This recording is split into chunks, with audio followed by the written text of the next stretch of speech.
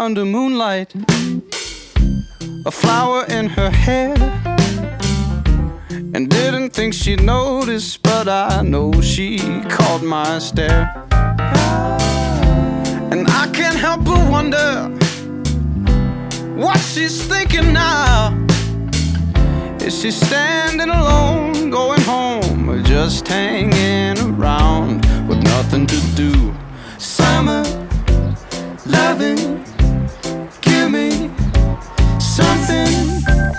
I'm about to lose my mind. So, wild story, finding love in 2020. 'Cause when I see you, Never thought that I would really happen. think I need you every single summertime. The idea is like when you're running a race, you keep your head down, keep running the race, and you look up, and if you see someone's with you, you look, put your head back down to run, look back up again, and that person's running the same race with you still, then that's a sign that that may be the one.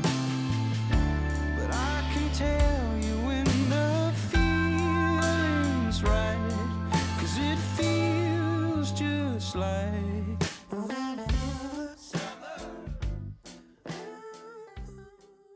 I was introduced to Kendall. I had this friend from Philadelphia in town, and she had planned to just come out to the west side and have some fun, gonna see Grand Canyon and all of that. And so we had planned this trip for like the end of February, beginning of March. She would go home.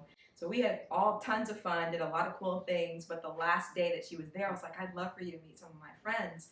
So I invited Tor, I invited Jenna, I invited Galicia, and Tor was the only one that could come out. And so when Tora got there, you know, we're just having a good time. It's me, my friend from out of town, and my sister, my brother-in-law. And then all of a sudden she starts saying, you know, I've been vetting this guy. But all I heard at first was, I've been vetting this guy, which is like not uncommon because at the time, like Tor was, you know, also trying to find the love of her life. So it wasn't unusual for her to be talking about some new guy or whatever. And so, but then she's like, no, I'm vetting a guy for Erin. And I was like, what?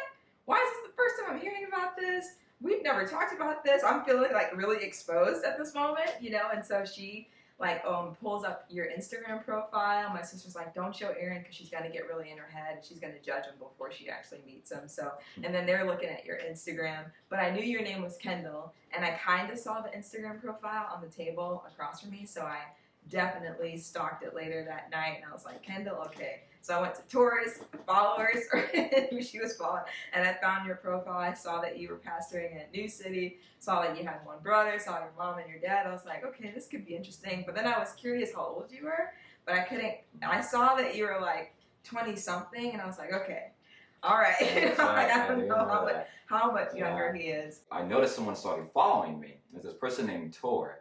She texts me and says, like, hey, are you single, by the way? And I'm like, whoa, what? I'm like super confused and kind of like, what are you talking about? Like, I had this friend who, like, her name is Erin. She's super dope. And I'm kind of like, I don't know. I had like just tried to date someone in January, and I would try not to date someone after I went on a date. I'd give it like 6 months before I went on another intentional date of trying to pursue someone. Isn't that so long though? Maybe. I only had... I was gonna be single for a while. I was told that I only got so many bullets, right, in the holster, and I gotta shoot them wisely. Like, when I shoot them, it's gotta hit. It's gotta be the right one. And so I didn't want to waste my bullet because I had tried one in January. And so I was like, man, it's February. Give me another maybe a couple months. So I'm kind of like, no, I don't know. And she's like hyping her up to me. I look her up on Facebook. You did? You never said that. Well, the more you know. Now you know. Wow. I look her up on Facebook. And so I'm kind of like, okay, this person seems unique. And I was like, yeah, why not? That night, she put us in a group chat, and she just said, hey, Erin, Kendall, I think you both are awesome people. I think you should get to know each other. Okay, bye. And that was it. And then he texted me separately and just started asking me questions, I think just to make sure I wasn't crazy. Yeah, I mean, you even saying that just makes me think of the value we have in like people and relationships and friends, because it's because of the friends, right, we have, and being in community, going out to joyride, doing things with people is how we like met each other, right? Yeah. And so if it wasn't for these friends or people that we connected with in our lives, The gathering of people. yeah, we never would have met. So I think it's kind of a cool value that we both share. And so, yeah, we met at Songbird. I got there early. My hands were like sweating. I was like, is he here yet? I don't know. I was like, let me get myself something to drink so I can do something with my hands. That's why I bought myself something to drink. Oh, that's right. You got something before I did because Yeah. I didn't even have the chance to get Yeah, you you were something. offended that. Yeah, I was. Yeah, I was mad that I Yes, couldn't get you anything. we had discovered on the date that I was an Enneagram 3 and he was an Enneagram 9. Yeah. And so he had sent me this article about why in relationships 9s and 3s work out together. And then I was like, huh. And then he gives me this call to like, so there's no ambiguity. He basically friend zoned me when he called me that day. After She he says I friend. You She did. says I friend You zone. need to just admit that. No, I was being honest. I said I want to start off as friends. Okay. But I called her and be direct. Said, hey, like I love, like you're really cool. I think you're a really cool vibe about you. Like I never really had met a woman like Erin with that kind of like cool, relaxed, low maintenance hipster type of vibe, but still at the same time is an achiever, right? Like there's my test. Like she loves to accomplish things. She has a goal in mind. She wants to hit that goal. And she has a clear vision of stuff and wants to hit that. And so I don't really met like that. So like this person's super unique because I want this person around for for sure. I haven't met anyone like this. I need this person around. And so I didn't want to just like end things and be like, all right, bye, that was cool, whatever, I don't know. But I was like, hey, I really want to be friends. My heart is just like, oh, dang. Yeah. Another one, just wasted potential. I thought I was going to say that, and I thought it was going to be it. It would be like, okay, cool, that's it. No, We talk. But then she says more. Yeah. She says something back to me. Because after I wanted said him to that, which know. was like, I thought this was. I wanted him to know. I thought this was that- the last word. Like She I wanted says- to have the last word, and I wanted you to know that if there was a chance that I knew that it was going to be, that there could be something, and I wanted him to know that I was okay with that. So I reminded him of something my dad told me, which was, well, you got to be friends first anyway, and you just keep running your race. And if that person is still there while you're running, then that's probably somebody that should be in your life with you.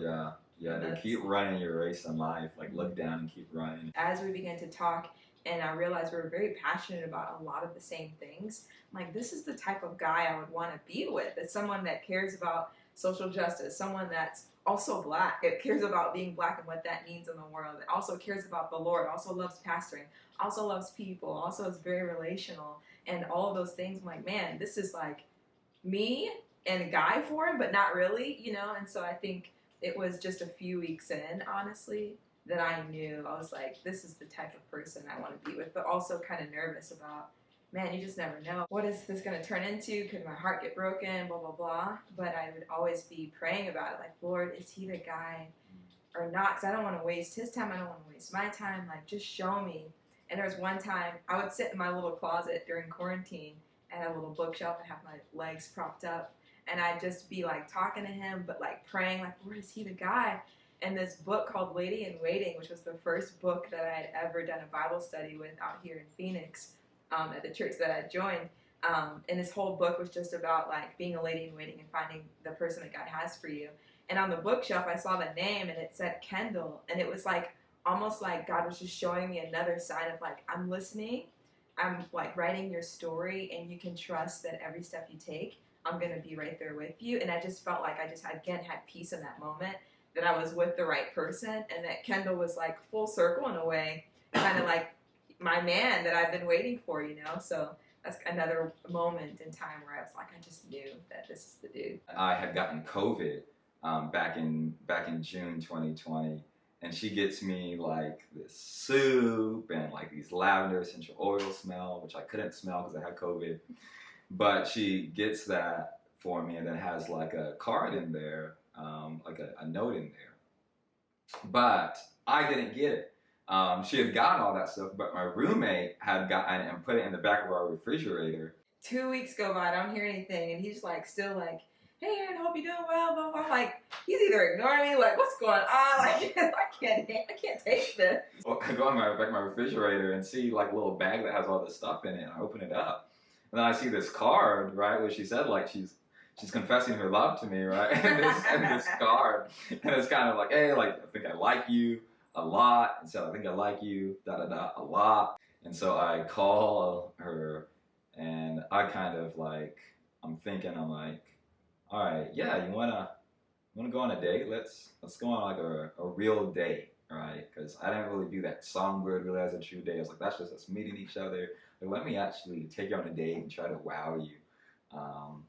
And so she said yes to that, and I told her I gotta get out of quarantine first because I got COVID. So I had to wait another 2 weeks. Which gave me time to think more too about like, okay, my intentions with her and everything. And so we went to True Foods out in Scottsdale Quarter. I just love Scottsdale Quarter. And so we went to True Foods, got all dressed up. For whatever reason, I really wanted to go mini golfing. And so we went out to eat, went mini golfing, and then got ice cream. So we spent probably like, what, maybe 4 or 5 hours, I think. 4 or 5 hours together, just hanging out that first date, talking to each other, getting to. Well, it's funny because we talked on the phone, so it kind of felt like we knew each other pretty well. And we met up a couple times too, and so it was a little bit more just kind of almost catching up on each other's lives. When we met for that date. It was a good time. Yeah, it was a really good time. And then I think it was maybe like just another phone conversation we had where you were just kind of talking about like, yeah, like, man, like, I'm like, would like to date. I don't know how you're feeling, kind of type thing, but I'd love for this to grow to be something. And then that's when I kind of had this moment, and I remember telling you, like, man, like I feel like I've lived life long enough to like trust a woman's intuition. And so I told her, I was like, I kind of like, and her just saying like she kind of felt confident about like wanting to be with me, all this stuff. I was like, man, like I really trust a woman's intuition and like her judgment on things. And I was like, man, I feel like you saying that means like there's something else, there's something onto that. And so there's kind of that moment when I was like, man, trusting her intuition. And I think even what Erin said with all the stuff that was going on with, like, I didn't even know about at the time till later, about her being in that closet, seeing that book with my name on Kendall, all these things that God was like showing her, all that stuff. Like she didn't reveal that to me, but for whatever reason she had said something. I was like, man, I trust your intuition, and I trust that you like are saying like, man, there's something here between us. Like, man, I do believe that. And so it's kind of like believing in that moment. That was kind of that moment for me of like, okay, I can see myself really wanting being with this girl.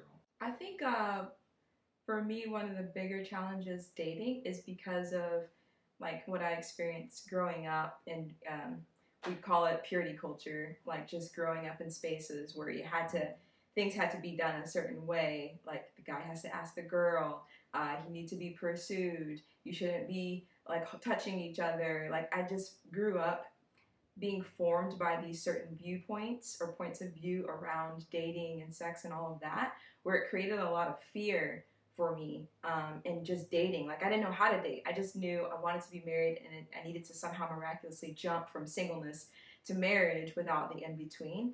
And so that was probably my biggest challenge. So early on for me, like the racial reckoning is happening in the country. There's a pandemic. We're isolated. You know, I just met this guy right before all this happened, and I want to be with him, but I don't know. I'm just like, in my head, it's like, if I don't like take a leap of faith and be with him, and at least try to be with him, I don't know if something that great is going to come around again.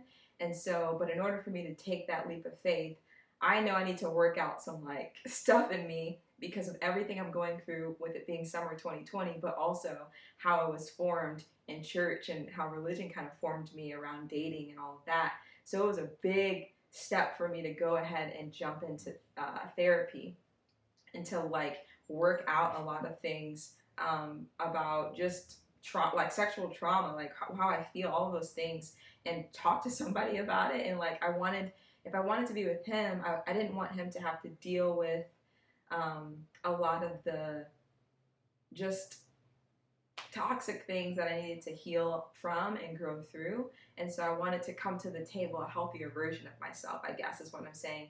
And so that was probably the biggest challenge for me, was just trying to work a lot of that stuff out, even before we were officially together, for the chance that maybe it could work out, so that we would be a healthier, like, together couple, having gone through that. You want to try to be a healthy person, right, when you come together with someone. And so when you've dated people in the past, you come with different baggage and experiences, right, that you've had in the past. And so, right, just coming off of a hard breakup before dating Erin in a relationship, it's like it's easy to project, right, some of those same experiences that I have with someone else onto someone else, and be like, oh, this person's just like this person's thinking that, this person's going to do that. And that's not all the way true, right? And so that was like the desire in me, and that was one of the holdups too of why we didn't instantly date too, because I was like, man, I wanna be in healing towards this. I wanna do counseling, new therapy, which she did before I did. I was like, I wanna do that to help heal from that, to help face the baggage and some of the problems, right, head on and face on. I honestly don't believe in my heart of hearts that I would still be with Kendall if I wasn't working through things all along the way. I realized going through therapy that I had this experience at one of my old churches where I heard a black man, and he wasn't making this like derogatory statement towards me, but he was just saying the statement in general. He was like, I'll never marry a black woman. And this was like a respected black man that I looked up to, that was older than me, that was doing the thing, a part of church and everything. And I realized that that statement like impressed my body, like myself as a black woman, that a black man would never love a black woman. And so in a way, I began to not be accepting of myself. Like I didn't fully love myself as a black woman because I didn't see other black men or men in general loving black women. So it was like I was rejecting myself. So I think I pushed away other things that may have popped up because I wasn't yet fully accepting of myself. And so I think what makes this different is because I have learned and am still learning how to be fully accepting of me as Erin, as a black woman, and what that means in the world.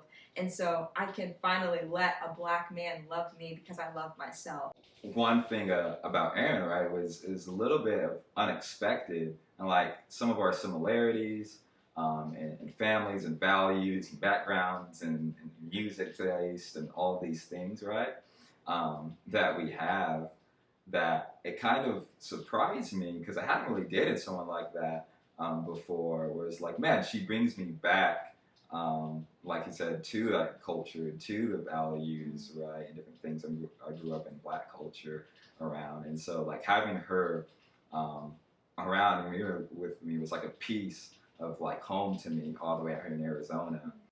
I know I'm a person, I always love to sometimes do things big, right? Like, and so even when wanting to date Erin, I was wanting to do it in a big way. And she was like, no, you don't need to do anything. She was like, I just want to date you. I just wanted to know, are we dating or are we not? What are you doing tomorrow night? Let's go to dinner. Got to do this. Yes or no? Because because I wasn't able to do anything big that way. I was like, I definitely want to do something cool for our engagement and being engaged to her. Yeah.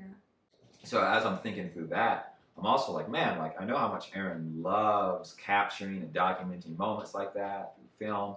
So I'm thinking like, man, it'd be really cool maybe to like record me proposing to her. Like I didn't have it fully fleshed out how I was gonna do it, but I was like, man, it'd be cool to document like me proposing to her, to have that be filmed. And you presented it to me like. Yeah, I had said to you about the fundraising. Yeah, and you wanted to share your side of the story and all of that. So when he told me that, I was like, this is a great idea. Yeah, she blew it up to be like what it is now, right? Your side of the story, we could film the proposal, whatever that's going to be. We could film the ceremony, and then we could have a reception party and show the film. That would be so dope. Yeah. So I'm like, oh man, I got to ask for Mel. I got to do all this stuff. I'm just like, yeah, I'm just like trying to propose. I'm just trying to propose to her and do this cool video that would be cool for the people given to us. And so yeah, she goes up to be a movie production, and I'm just like, yeah, like sure. I'm just like whatever gets her going along, but I'm like, she has no idea that I'm gonna try to propose to her. through this. And so she calls Ramel, who's videoing us, and she tells him all of this. And so I got to backtrack, right? When she calls and tells him, like, hey, man, I'm just trying to propose. I don't really know if we're going to do this whole thing. We probably will. I don't know. But I'm just trying to propose to her. So I'm trying to explain to him all this stuff.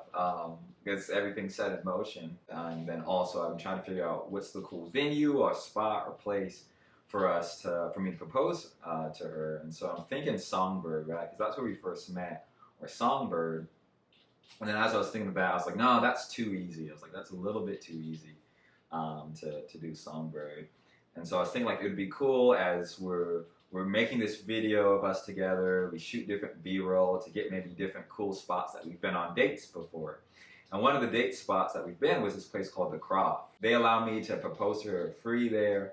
And so all the things are lining up. Meanwhile, all this is happening, and I feel like nothing is happening. And I feel like he's dragging his feet, and I feel like he's never going to get this done. Yeah. Like, you know, I just feel like, man, I really believe that Kendall would do the right thing, but I just feel like he hasn't ordered the ring yet, because he would tell me, I got to order the ring. But then he was telling me, I've ordered the ring. Then he would say, I'm still saving for a ring. And then I'm like, what are you doing? Like, dude, just get the thing done. So then we finally meet with Ramel to, like, start the process of planning. And then all of a sudden, Kendall wants to film it that weekend. Yeah. And I'm like, you gotta, like, find a location. Yeah, We gotta figure out what we're gonna say. We gotta figure out what we're gonna wear. You can't just put this together. Yeah. And he was so adamant about doing it that weekend. The Croft, the place that the venue where I proposed to her at, had said like, hey, it has to be this day. This day works for you to come in and do it. And so I'm like, okay, it has to be this Saturday. And so I'm pushing it. I'm like, it's got to be this Saturday. And I'm like, dude, chill out. And then I'm like, how is it that all of a sudden Kendall just wants to get all this stuff done? I'm like, you really want to get something done? Get the ring and actually I was telling her, I was like, man, I gotta get a newsletter out real fast. I gotta get a fundraising newsletter out really fast. Is kind of what I told her. I was like, I just need it to happen really fast. And I was honestly like, I could just film that on my phone and edit it for you. We don't need to pay Ramel to do a fundraising video. Like, what are you talking about? Nothing made sense, and I was just so frustrated. She was so upset. But I believe it was at the same time, too. I was backtracking again, telling Ramel, like, okay, it has to be this weekend. We'll go to Songbird, and then I was going to say, we're going to meet up with our friends Pedro and Anna for lunch at the Deuce. And right next door to the Deuce is the Croft, the venue I was going to propose to her at. And so while we're driving there to the Deuce, I was like, hey, let's get some B-roll here since we had a date here. Let's hang out here. Also, when we filmed at Songbird and nothing happened, I was for sure, if he proposes, this would be the day, this would be the spot, this is where we met. Yeah, I did a little and nothing happened. And I was was like, bro, what a waste of an opportunity. I was like, you missed it. That would have been perfect. Like, Ramel was there, he was filming like this whole thing. We looked good, we got dressed up for this thing. Now we're about to go to lunch, and then all of a sudden you want to stop by the Croft. At that point, I was like, you know what? It's going to be what it's going to be. I'm just going to enjoy the day, and it's probably not going to happen today, but that's okay. Yeah.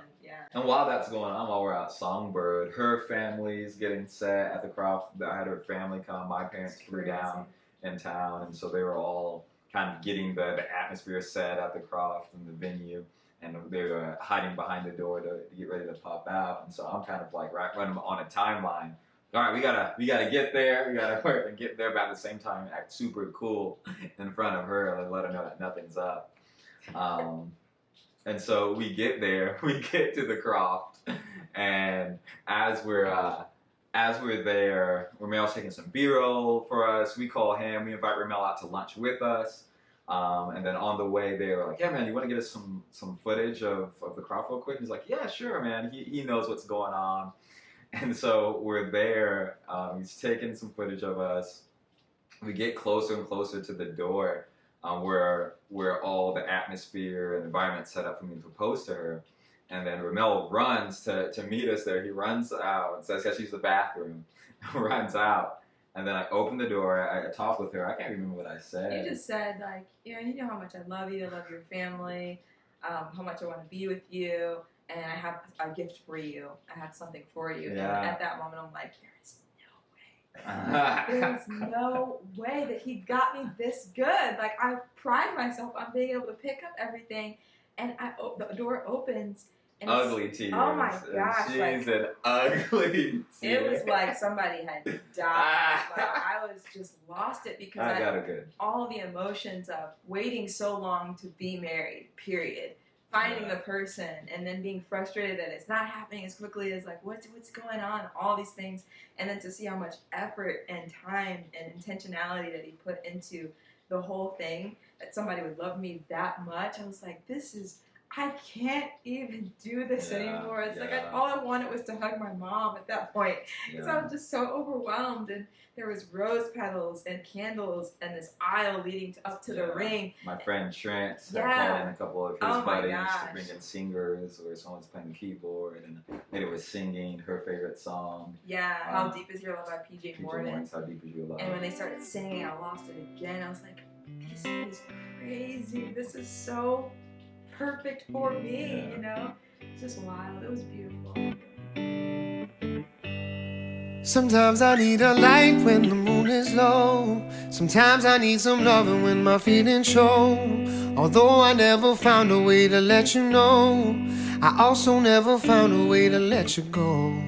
And now I see that look shining on your face. Your smile is warming up just like a sunny place. My worries disappearing, all my fears erased. You're my happy place. When do we ever know, dear, what's in front of us? Till we're looking back here and we see the dust. I know you lift me up when I am feeling rough. Right now I'm feeling rough. So where can you be?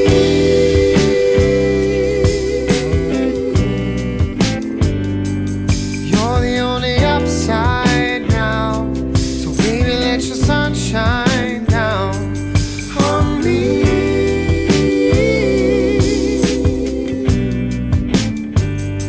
You know me from the inside out. You're the only upside down.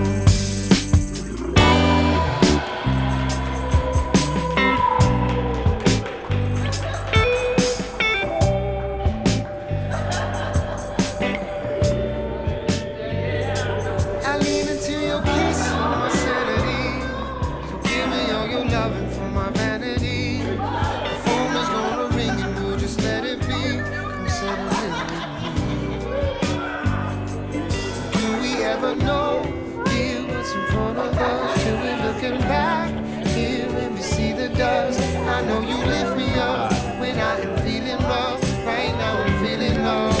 So where can you be?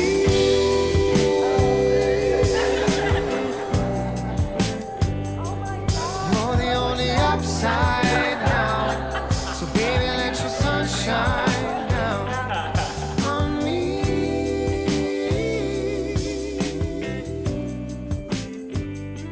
You know me from the inside.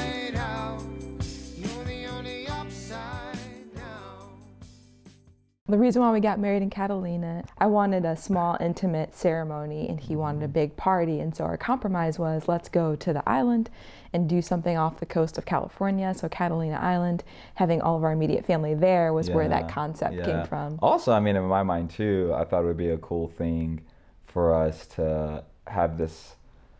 If we're gonna do something small, I was like, it might as well be fun and have like families come together and meet each other. And I was like, we could also just make a honeymoon out of it. So like, let's go out to Catalina. We can make this our honeymoon spot. Families here, it's kind of intimate. It's just immediate family. They kind of feel like they get to vacation together.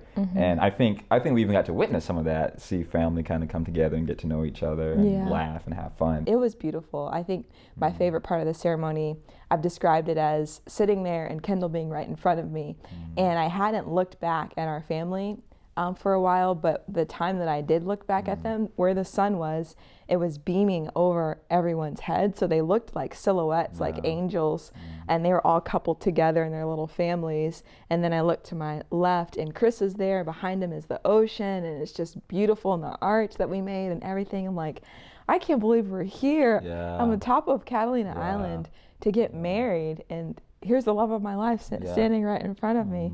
Like, wow, this is crazy. We're getting married, you know? So It was really beautiful. Yeah, it was unbelievable for me. I think there was so much anticipation leading up to that day, right? There's this whole story of us, right? From dating, from the proposal to now like talking and paneling about the wedding. Yeah. Literally felt like I was on top of the world. Yeah. And everything kind of just paused, right?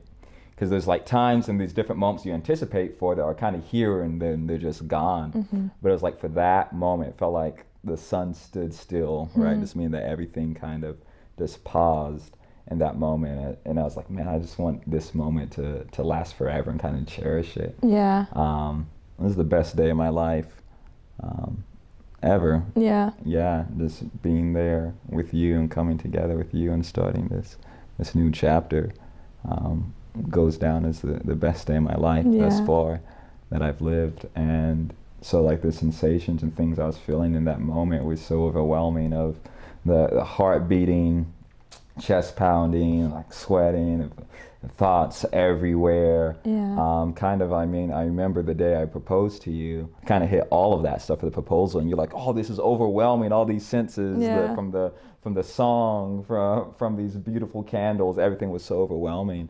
Where that's probably a similar way I think I felt that wedding day, of just like everything was so overwhelming. And I'm just like trying to contain, like, all right, keep it together, keep it together, keep it together. I think I was trying to tell myself right throughout the whole day. And then it was like, it wasn't till that moment when we did walk with our families down to the ferry, and our families left while we stayed on the island. Like, it was kind of like me keeping it together the whole day. And then when the family turned around and left to the ferry, and we turned around staying at the island, is when it kind of like, I just let it all out, right? All of that container of things I was trying to contain, it kind of just broke at that moment with the beautiful symbol of our families now leaving, and us now being a family and creating our own family and journey together. Just the symbolism of it, and the literal action of them walking away while we're staying, kind of hit me so hard. And so, yeah, I was in tears, All that to say. It was definitely a baby in that moment. It felt so unreal. It feels like a dream. I mean, I still pinch myself. I was just going to say the same thing. I still feel like, what did we just do? Like, this is wild. Wow, I got to marry. I'm married to you. Yeah. And I think the best part is that we get to feel that like every day for the rest of our lives. Is that we're living our dream. Yeah. I'm here for you when the light is gone. I'm here for you to help you carry on. I'm here for you when the road is long. Just know that there is nothing you can't do. I'm here for you. I'm here for you.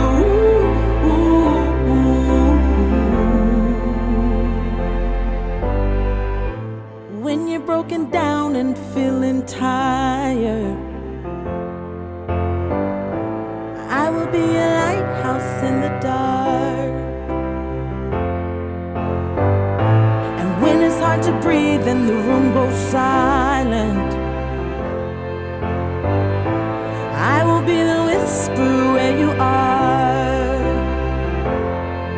Put faith in me, trust in me, just know that I'm there. Just walk with me, talk with me, yeah. I'm here for you.